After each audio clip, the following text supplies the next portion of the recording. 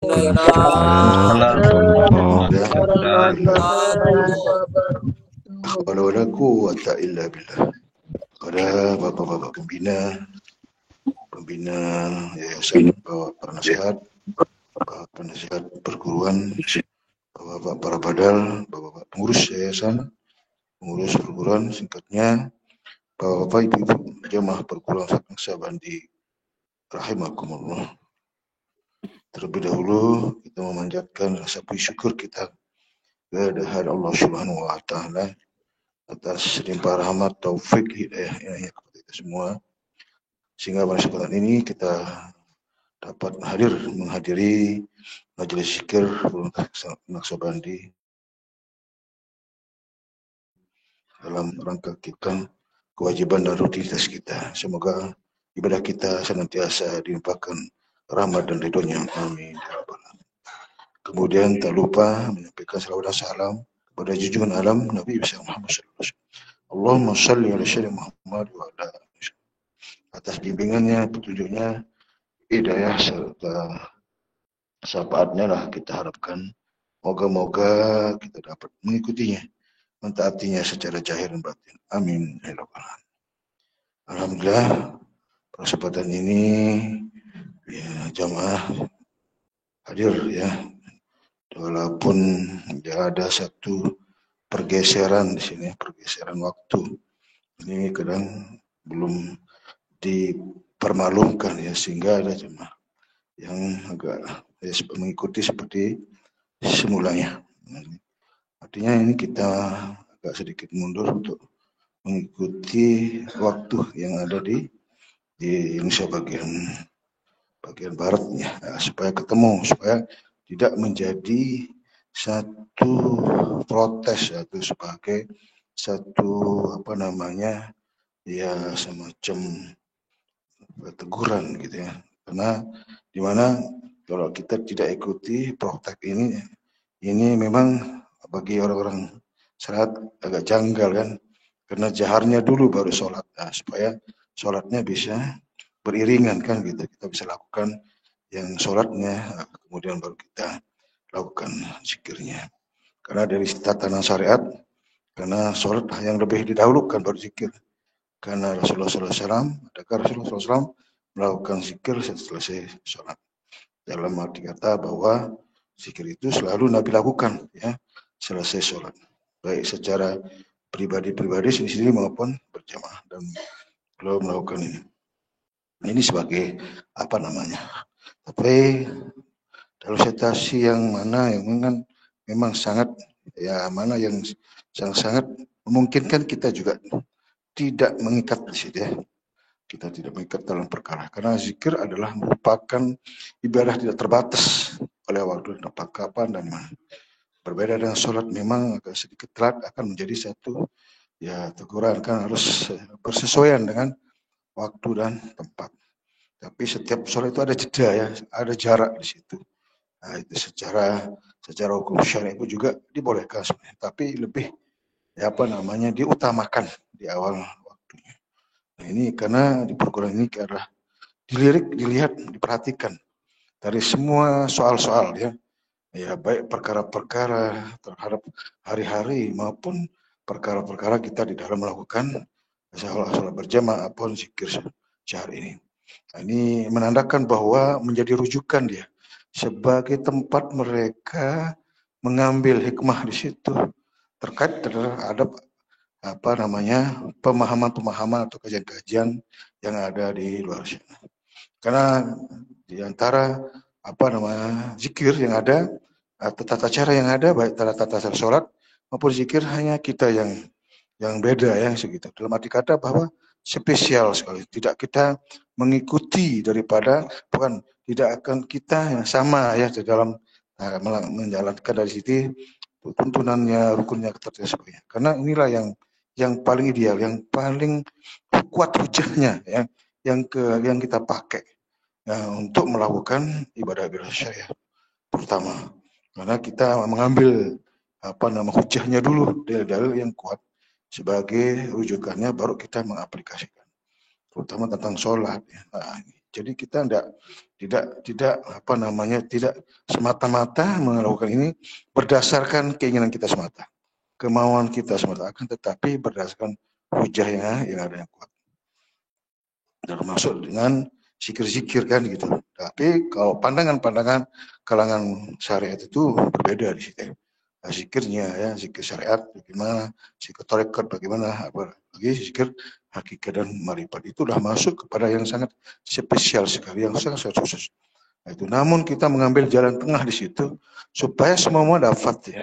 Semua kita bisa lakukan, syariatnya juga ada, tarekatnya ada di situ, hakikatnya, marifatnya juga luar biasa sebenarnya, itu sudah melingkupi semuanya. Tidak, kita harus batasi di situ. Saat kapan kita bersyariat, saat kapan kita tarekat, saat kapan kita, dan saat kapan kita harus bermarif. Sebegitu luar biasanya. Dalam praktik haji kan seperti itu. Tata cara haji itu ada gambarannya sangat jelas di situ. Bahwa ada tatanan bersyariat, ada tatanan bertarekat, di situ ada zikir-zikir tarekat melalui melakukan suatu perjalanan zikir. Ada secara diam juga, itu secara hakikat dan marifat kan. Jadi semua-muanya sudah tersampaikan. Sholat pun begitu, ada yang jahar, ada pun yang sir. Bayangkan, semua ada. Jadi tidak ada dalil-dalil kita untuk membantah atau kita tidak mengikutinya. Namun demikian adalah bagaimana pandangan mereka terkait tentang dua amalan yang berbeda. Adalah syariatnya seperti apa, tarekatnya seperti apa, hakikat dan marifat seperti apa.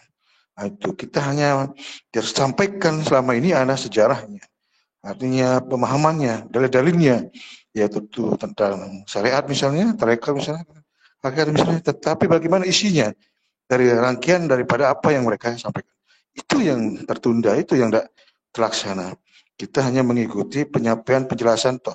Begitu masuk kepada amaliyahnya, praktiknya, di situ tidak ketemu. Itu sebenarnya kita memberikan satu edukasi, pemahaman penjelasan di situ seperti pada mereka menjelaskan, tetapi kita begitu kita dapat penjelasan, kemudian kita dapat praktekkan, dapat kita eksekusi, dapat kita amalkan di situ, dan kita dapat rasakan gitu apa yang kita terima di situ, bukan sekedar pembahasan-bahas, kita bisa rasakan itu. Jadi inilah yang sebenarnya menjadi kewajiban kita setiap individu sebenarnya, supaya rasa itu sambung nanti sampai ke kehidupan kita nanti dalam barzah, alam ruh atau alam rahasia, tersambungkan. Oleh sebab itu kita harus tahu dari mana dia, semua itu bersumber dari mana memulainya, seperti itu. Dan ini kadang-kadang kita lupakan, seolah-olah hanya sekadar kita membaca atau bergerak atau memandang atau kita berpikir, itu semua adalah perkara-perkara yang di luar. Itu sesungguhnya seharusnya kita harus tinggalkan, tidak boleh terikutkan semuanya, karena itu adalah perbuatan yang sifatnya zahir, fisik. Itu sebabnya memang di dalam sholat itu ada ada amalan zahir.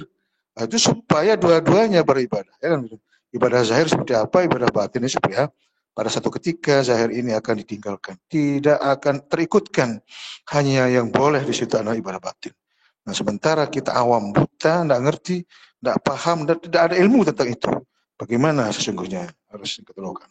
Maka benar kata Allah, barang siapa yang buta di dunia ini, maka butalah nanti dia. Bukan mata yang zahir ini yang buta, atau mata kepala, akan tetapi adalah mata yang ada di dalam mata hati. Nah, itulah jalan kita memandang, jalan kita bermusyahadah, jalan kita bertafakur, jalan kita untuk memperhatikannya. Ra'aitu Rabbi bi'anul kalbi la syakka anta. Aku melihat Tuhanku dengan mata hatiku, tidak syak lagi engkau yang engkau. Di situ memperhatikan dengan itu, bukan. Nah, itulah pentingnya kita dibukakan ilmunya.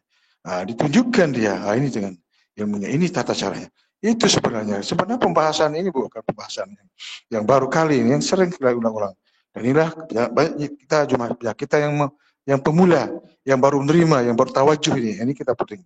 Supaya nanti tahu seperti apa sih pemahaman tentang ilmu ini. Kalau sebegitu itu aja kan, itu sesuai dengan makom ya, itu nanti dijelaskan. Per makom itu berbeda nanti ya. Nah, sesuai dengan apa yang kita sudah terima. Disitulah menjadi pertanggungjawaban kita di dalam kita menerima ilmu petunjuk atau ilmu musyahadah ini ya. Jadi jelas sekali sebenarnya. Jadi setiap kita punya wilayah, punya makom, punya keimanan, punya sandaran, punya punya perhatian di situ ya, punya yang harus kita ikuti di situ, ikuti sesuai yang kita ditujukan ya, sebagaimana yang kita terima di situ ya, jangan kurang dan jangan. Itulah keistiqomahan, istiqomah dalam iman, istiqomah dalam amal, istiqomah di dalam kita menerima satu fatwa, menerima bimbingan, menerima daripada apa yang sudah dikalamkan ya. Karena kita mungkin ada pengetahuan yang lain, pemahaman yang lain, atau ilmu yang lain dan sebagainya. Kadang-kadang kita membantahnya atau kita tidak menerima. Itu kan menjadi perselisihan, menjadi sesuatu kebahayaan ya.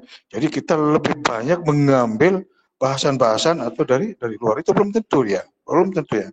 Kan sesuai dengan pikiran mereka masing-masing. Mau bawa kemana ilmu, bawa kemana dalil itu kan gitu. Walaupun dalam dalil yang sama. Makanya itulah menjadi suatu perbedaan di situ. Kita nggak boleh jauh dari situ. Sudah ada zonanya, ada sudah step-stepnya, ada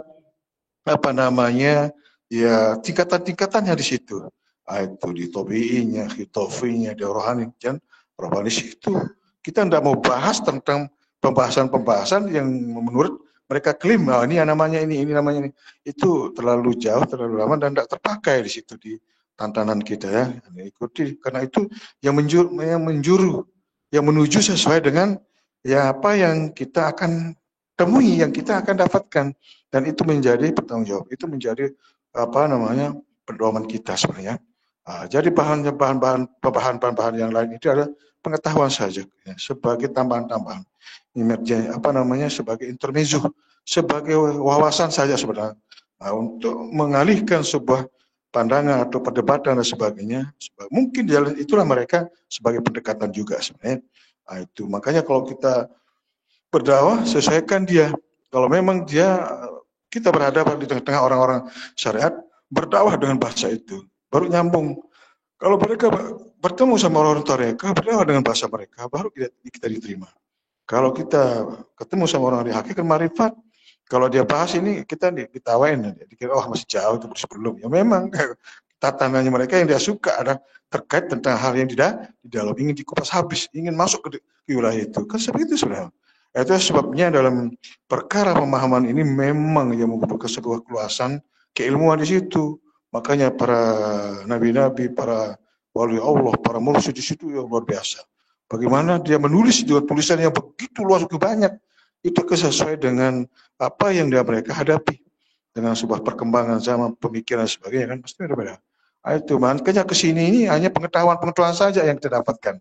Pemahaman terkait tentang ilmunya, petunjuknya, kemana dia? Habis gitu kan. Jadi kehilangan daripada pedoman kita. Kita nggak tahu apa yang diikuti, apa yang diperhatikan jadinya di dalam ibadah.